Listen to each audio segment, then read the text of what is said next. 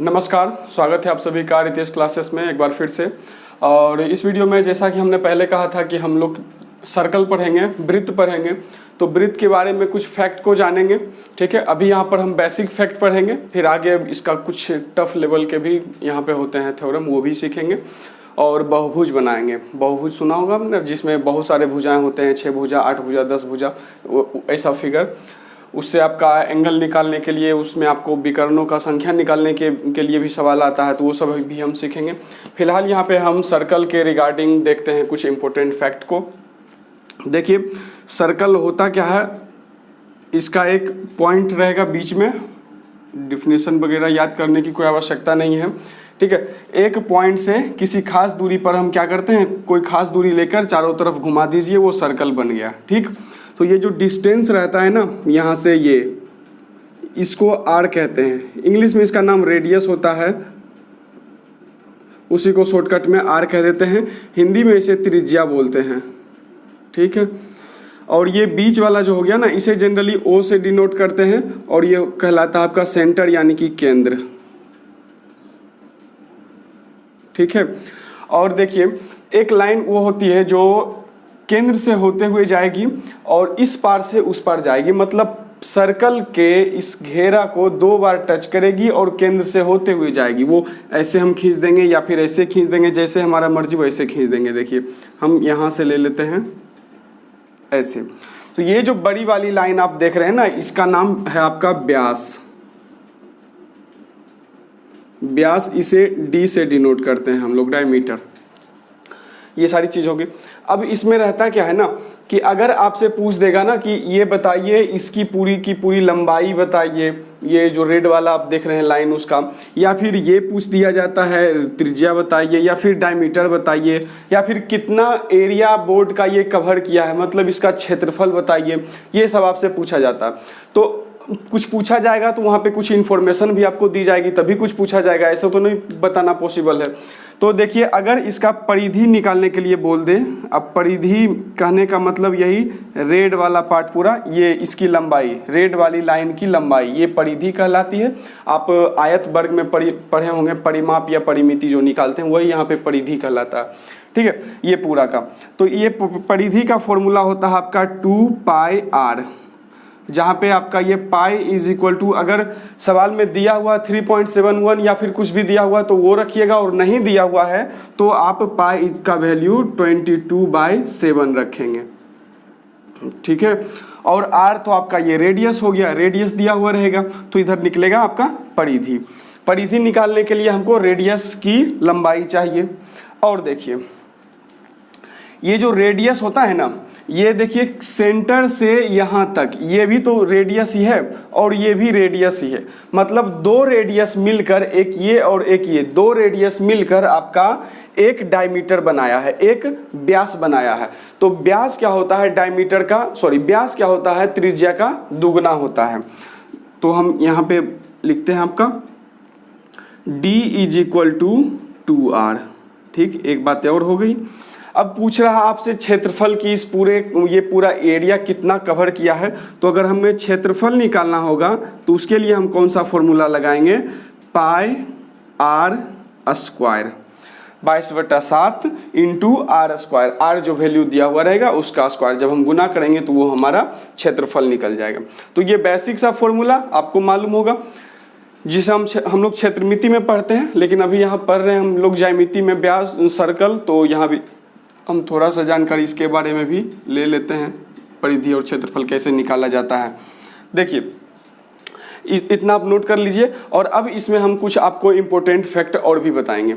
देखिए, एक चीज़ यहाँ पे छूट गया, जैसे आपने सर्कल में परिधि जाना क्या होता है, त्रिज्या जाना क्या होता है, व्यास जाना क्या होता है, उसी तरह से एक और भी चीज़ होते हैं जो आपका जरूरी नहीं कि केंद्र से होकर जाएगा, कहीं से भी जाएगा, लेकिन 2 जगह टच करेगा इस परिधि को, यानी कि रेड वाली लाइन को। 2 जगह ये टच कर दिया, एक जगह यहाँ और एक जगह यहाँ। तो ये जो लाइन है ना, इसका नाम है आपका जीवा। एक सर्कल में ढेर सारे जीवा हो सकते हैं। हम यहाँ भी इस तरह से ऐसे कर देंगे तो ये भी क्या हो जाएगा, जीवा हो जाएगा हमारा। हम यहाँ पूरे ऐसे कर देंगे, यहाँ से यहाँ तक ले जाएंगे तो ये भी क्या हो जाएगा, जीवा हो जाएगा हमारा। और ये लाइन देखिए आप, जो जिसके बारे में हमने बताया आपको व्यास है, ये भी इधर से इधर 2 बार टच कर रहा है। देखिए यहाँ से आया हुआ यहाँ पे, तो ये भी क्या है, जीवा है। लेकिन इस जीवा में एक खास बात है। क्या खास बात है? तो ये सेंटर से होकर जा रहा है, जिस वजह से यह वृत्त में जितने भी जीवा होंगे उनमें से सबसे बड़ा जीवा होगा। ये इस जीवा की खासियत क्या है? सेंटर से होकर जाएगा और सबसे बड़ा जीवा होगा। तो ये जीवा थोड़ा स्पेशल है, इसीलिए इसका स्पेशल एक नाम है जो कि व्यास है। ठीक है, इतने सारे हो गए। अब देखिए इसमें और भी कुछ चीजें होती हैं जो मैं आगे अब मैं आपको बताऊंगा। ये फॉर्मूला अगर आपने नोट कर लिया है तो मैं मिटा देता हूं। परिधि इज इक्वल टू 2πr और क्षेत्रफल is equal to pi r square. देखिए कोई एक बिंदु रहेगा, यहाँ रहेगा या फिर कहीं भी दूसरे जगह कहीं भी रह सकता है, उससे कोई मैटर नहीं करता। यहाँ से एक लाइन अगर हम खींचेंगे, इसको टच करेगा बस एक जगह, यहाँ पे टच किया है। ठीक है, यहाँ पे टच किया है, एक जगह टच कर दिया है।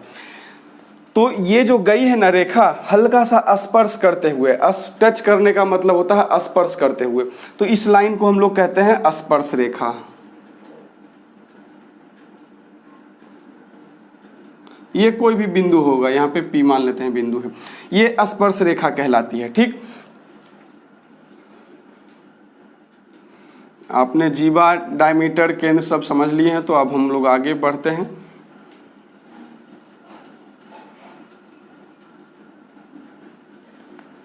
देखिए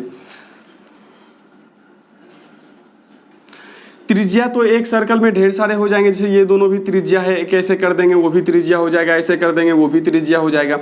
हम ये जो बिंदु जहाँ पे टच किया है परिधि को, ये रेखा, इसको इस तरह से हम लोग ऐसे मिला देंगे। ठीक है, तो ये जो है ये भी त्रिज्या है, लेकिन यहाँ पे एक स्पेशल चीज हो जाता है। क्या हो जाता है कि स्पर्श रेखा त्रिज्या पर, स्पर्श बिंदु यहाँ जो टच किया वो स्पर्श बिंदु हो गया। स्पर्श बिंदु पर अगर हम त्रिज्या एक खींचते हैं, वहाँ पे स्पर्श रेखा के साथ वह त्रिज्या 90 डिग्री का एंगल बनाता है। मतलब स्पर्श रेखा और वृत्त के त्रिज्या के बीच 90 डिग्री का कोण होता है, यानी कि समकोण बनता है। ये फैक्ट आप याद रखेंगे। हम लोग इसके और आगे बढ़ेंगे। देखिए मैंने आपको बताया ना कि जीवा बहुत सारे होते हैं, आपका ये त्रिज्या भी बहुत सारा होता है। तो जीवा के बारे में थोड़ा सा और जानिए। स्पर्श रेखा आपने जान लिया, जीवा के बारे में थोड़ा सा जानते हैं। और जीवा एक ये है आपका, मान लीजिए, तो यहाँ से ये केंद्र पर कोण बनाएगा, तो कैसे बनाएगा? इस तरह से बनाएगा। ये हो गया जीवा ए बी, नाम रख देता हूँ ए बी मैंने जीवा लिया, ए बी से केंद्र पर मिलाया, तो ये जो कोण बना है ना, यहाँ पे मान लो थीटा बना है, तो ये कहेंगे हम कि जीवा ए बी के द्वारा केंद्र पर बनाया गया कोण है जो कि थीटा है। ठीक, तो ये भी जीवा यहाँ पे कोण बनाया। अगर इतना लंबाई ए बी की जो लंबाई है, इतने लंबाई का ही कहीं दूसरे जगह हम जीवा लेते हैं, अगर कहीं दूसरे जगह हमने ले लिया, यहाँ से अगर हम केंद्र पर कोण बनाएंगे, इस तरह से हमने बना दिया, तो ये जो एंगल बनेगा ना, ये भी थीटा ही बनेगा। मतलब समान जीवा के द्वारा केंद्र पर समान कोण बनाया जाता है। ये एक थ्योरम और भी हो गया, इसे भी आप नोट कर लीजिए। जितनी बातें बता रहे हैं सबको आप लिखते जाइए। और एक बात सुनिए, देखिए सर्कल बार बार बनाना ठीक नहीं है, इसलिए आप बनाइए। हमको यहाँ टाइम ज़्यादा लग जाएगा, वीडियो लंबा हो जाएगा। आप बना लीजिए, हम यहाँ पे इसी में आपको बता देते हैं। मैंने जीवा से रिलेटेड बात बताई यहाँ पे, और हम लोग और इसमें आगे बढ़ेंगे।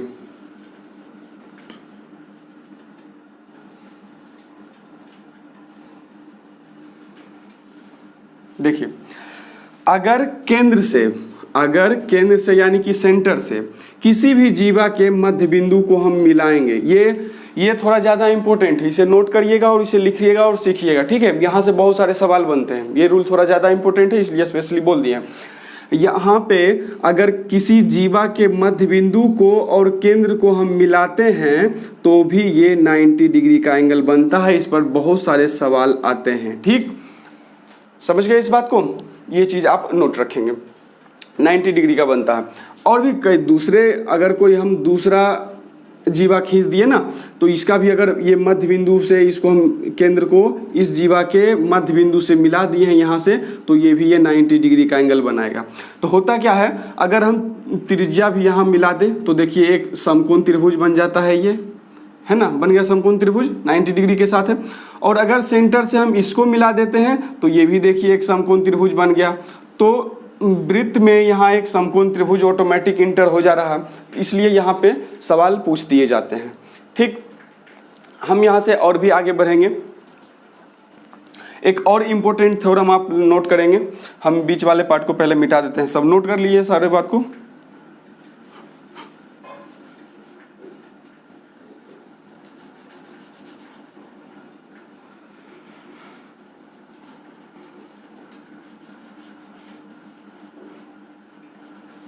देखिए क्या है ना कि हम यहाँ पे एंगल का ही खेला होता है पूरा ज्यामिति में, तो हम पूरा एंगल पर ही चर्चा करेंगे। ठीक, कैसे कैसे एंगल कितना कितना डिग्री का बनेगा वो। देखिए यहाँ पे इसका एक केंद्र था। ठीक, हमने कोई जीवा ले लिया, यहाँ पे इस तरह से हमने जीवा ले लिए। तो जीवा पर जब हमने जीवा से हमने जब केंद्र पर कोई कोण बनाया था, तो ये मान लो कुछ वैल्यू का बना था। जरूरी नहीं कि जीवा से सिर्फ केंद्र पर ही कोण बनेगा, जीवा से ये आपका ये परिधि पर भी कोण बन सकता है। हम इसको ऐसे ले जाएंगे यहाँ पे और यहाँ से वापस लाएंगे यहाँ पे, तो ये बना ना कोण, ये जो कोण बना है वो यही जीवा के द्वारा तो बना है, ए और बी। मैंने ए से लाइन ले गए और बी पर वापस ले आया, यानी कि ए बी से ही हमने केंद्र पर भी बनाया है और ए बी से भी हमने परिधि पर भी कोण बनाया है, इसमें कोई दिक्कत नहीं है। ठीक, अच्छा केंद्र पर तो हम लोग एक ही कोण इस जीवा से बना सकते हैं, लेकिन परिधि पर बहुत सारे कोण बना सकते हैं। हम ए बी से ऐसे लेकर जाएंगे और यहाँ से फिर आपको इस तरह से बी पर लेकर चले जाएंगे। ठीक, ये भी कोण बन गया। हम यहाँ ए से इधर लेकर जाएंगे और यहाँ से फिर बी पर लेकर चले आएंगे, ये भी कोण बन गया ए बी के द्वारा। तो ए बी के द्वारा हम देख रहे हैं कि परिधि पर बहुत सारे कोण बन रहे हैं। तो ये जितने सारे भी कोण बनेंगे ना, सारे के सारे क्या होंगे, इक्वल वैल्यू के होंगे। ये भी थीटा तो ये भी थीटा तो ये भी थीटा, सबका मान थीटा डिग्री। अगर ये 20 डिग्री है तो ये भी 20 डिग्री होगा और ये भी 20 डिग्री होगा। समान जीवा के द्वारा परिधि पर बनाया गया कोण समान होता है, या एक ही जीवा के द्वारा कह लीजिए, एक ही जीवा के द्वारा परिधि पर बनाया गया कोण समान होता है। और उसी जीवा से अगर हम केंद्र पर कोण बनाए हैं तो परिधि पर बनाए गए कोण का वह दुगना होता है। मतलब अगर यह 20 डिग्री है तो ये 40 डिग्री हो जाएगा, अगर ये थीटा है तो इसका वैल्यू आपका 2 थीटा के बराबर हो जाएगा। इस चीज को भी आप नोट करिए, बहुत ही वैल्यूएबल रूल है ये सारे। बहुत सारे सवाल बनते हैं, अगर सर्कल पढ़ रहे हो तो उसका यही सारा जो है सो मेन जड़ है, यहीं से आपके सारे क्वेश्चन बनते हैं। तो क्या देखा आपने कि एक जीवा के द्वारा हम परिधि पर कितना भी कोण बना ले, सारा का वैल्यू बराबर होगा। और एक ही जीवा के द्वारा परिधि पर बनाया गया कोण से दुगना होता है केंद्र पर बनाया गया कोण, या ये कह लीजिए कि केंद्र से आधा होता है परिधि पर बनाया गया कोण। ठीक है, इसमें कोई दिक्कत नहीं। अब एक बात और बताइए आप, मैंने आपसे कहा कि व्यास भी तो एक प्रकार का जीवा ही है, बस फर्क इतना है कि वो केंद्र से होता हुआ जाता है और सबसे बड़ा जीवा है। तो व्यास हम लोग यहाँ पर बनाते हैं, केंद्र से होता हुआ ये गया, ये केंद्र था ओ। ठीक है, ये भी तो जीवा है, तो और केंद्र से होता हुआ जा रहा है। तो बताइए केंद्र पर कितने डिग्री का यह एंगल बना रहा है। केंद्र से होता हुआ गया तो ये तो सीधा लाइन खींच चला गया है, तो एंगल क्या बनाएगा, ये 180 डिग्री का बना है। मैंने पहले ही क्लास में बताया था कि एक सीधी रेखा पर किसी भी बिंदु पर आप लीजिए तो वहाँ पे 180 डिग्री का एंगल बना हुआ होता है। तो यहाँ पे 180 डिग्री का एंगल बना है। तो जीवा ए बी के द्वारा, व्यास का ही नाम यहाँ जीवा हो रहा है, जीवा ए बी के द्वारा केंद्र पर अगर 180 डिग्री का कोण बनाया गया है तो परिधि पर कितना डिग्री का कोण बनाया जाएगा।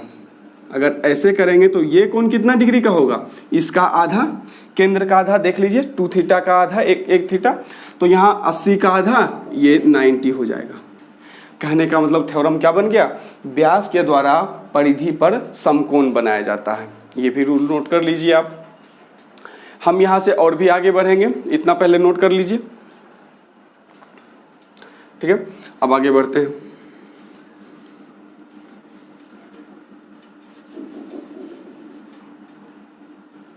देखिए इसके अंदर कुछ फिगर भी आपको बनाए हुए मिल सकते हैं, जैसे आपका एक चतुर्भुज बना कर दे सकता है या फिर त्रिभुज बना कर दे सकता है।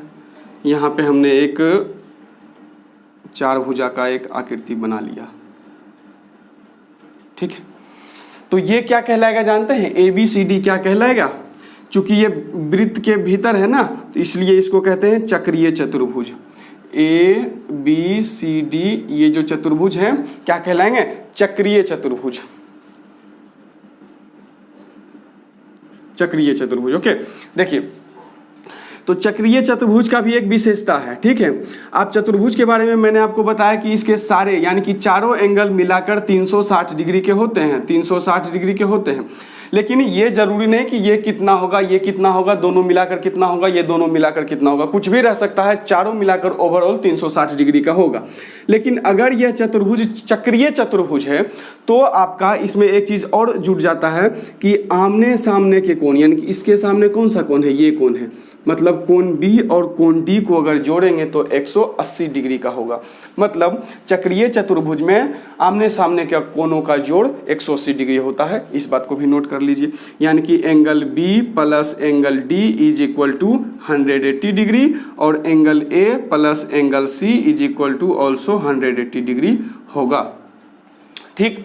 ये बातें होंगे इसमें, नोट कर लिया आपने। और आगे बढ़िए और देखिए, अगर हम चतुर्भुज के चारों भुजा में से किसी एक भुजा को थोड़ा सा आगे बढ़ा दिए बाहर, तो देखिए यहाँ बाहर में भी एक एंगल बन गया है, बाहर में भी एक एंगल बन गया है। इस एंगल का वैल्यू भी कुछ खास होता है। क्या होता है, इस एंगल से जो दो एंगल सटे हुए हैं ना दो भुजा के थ्रू, यानी कि ये एंगल और फिर इधर ये एंगल, इन दोनों को छोड़ दीजिए, बाकी जो ये दूर बच गया है ना इसके बराबर होता है आपका ये वाला एंगल। ये एंगल और ये एंगल क्या होगा, इक्वल इक्वल हो जाएगा। तो इस थ्योरम को भी नोट कर लीजिए आप चाहें तो स्क्रीनशॉट भी ले लीजिए, ठीक है। हम लोग अब आगे बढ़ते हैं, एक दो थ्योरम और पढ़ेंगे और उसके बाद फिर खत्म करेंगे इसको। मैं यहाँ पे इसको मिटाता हूँ।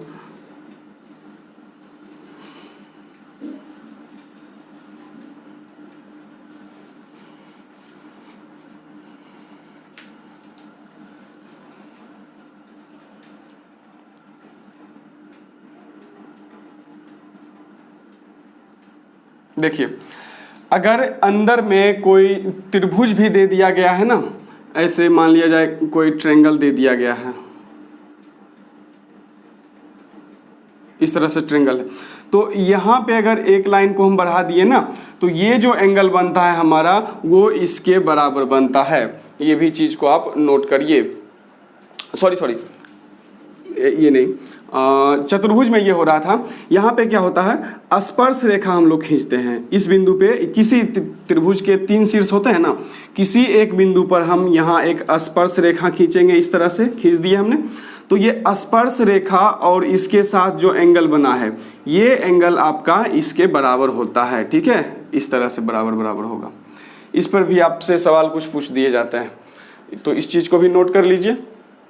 और आगे और भी हम लोग बढ़ते हैं। एक स्पर्श रेखा से के रिगार्डिंग एक इम्पोर्टेंट चीज़ है, उसे आप देखिए। देखिए ये एक स्पर्श रेखा है, ठीक है। यहाँ जो है ये स्पर्श रेखा है और एक ये इस तरह से छेदक रेखा है। मतलब ये एक P बिंदु है, P बिंदु से यहाँ पे एक स्पर्श रेखा खींचा गया है। इसका नाम दे दीजिए आप PQ दे दीजिए, PQ दे दिया हमने। और P बिंदु से ही एक छेदक रेखा खींचा गया। छेदक रेखा मतलब जो छेद कर रहा है, जो काट रहा है, वृत्त को जो काट रहा है, ठीक। तो A बिंदु पर मान लिया जाए यहाँ काट रहा है और आपका B बिंदु पर मान लिया जाए यहाँ काट रहा। तो इन दोनों में भी संबंध है। स्पर्श रेखा बढ़ाने का तो हम कहीं पर भी बढ़ा सकते हैं, लेकिन ये किसी एक खास पॉइंट को टच करेगा। इसका नाम हम रख देते हैं आपका PQR रख देते हैं, ठीक है।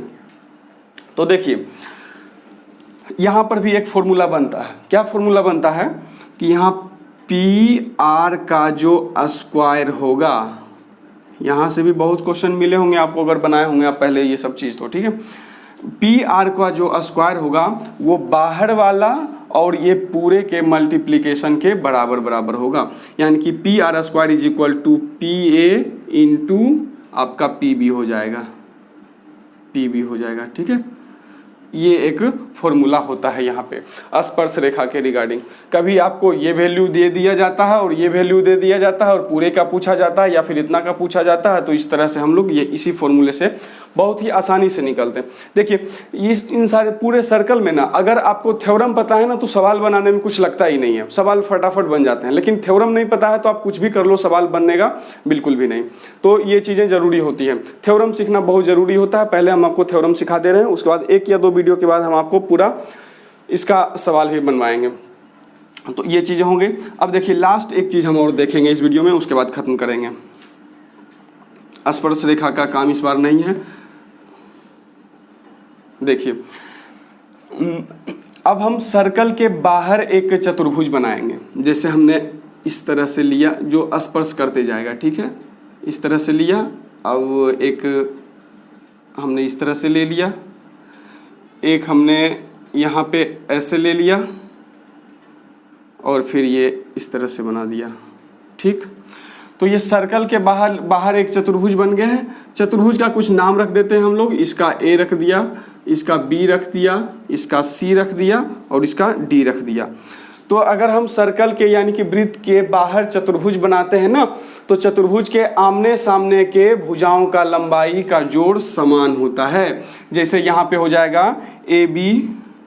AB की लंबाई प्लस ये नीचे वाला CD की लंबाई इज इक्वल टू AD की लंबाई, AD प्लस आपका BC हो जाएगा। इस थ्योरम को भी आप नोट कर लीजिए। तो इतने सारे रूल हमने आज सीखे जो सर्कल का बेसिक चीज़ था। और स्पर्श रेखा और जीवा के माध्यम से कुछ और भी हम लोग कुछ टफ कैटेगरी के भी रूल रेगुलेशन को सीखेंगे, जो कि अगले वीडियो में सीखेंगे। और इस वीडियो में हम लोग इतना ही रखते हैं। देखने के लिए आपको बहुत बहुत धन्यवाद। मिलते हैं अगले वीडियो में।